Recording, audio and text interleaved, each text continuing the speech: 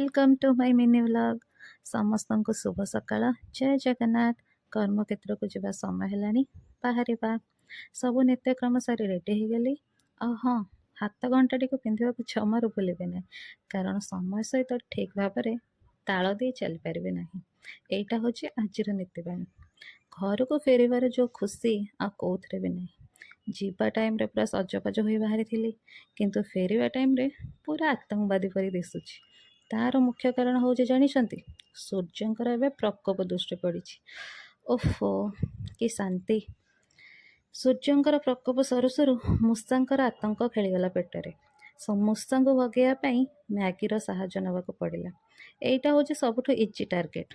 तापर आउ कौन बस पड़ली सिंहासन उपरे और कार्य लगी पड़िली।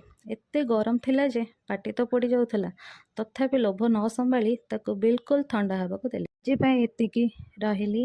Bye bye.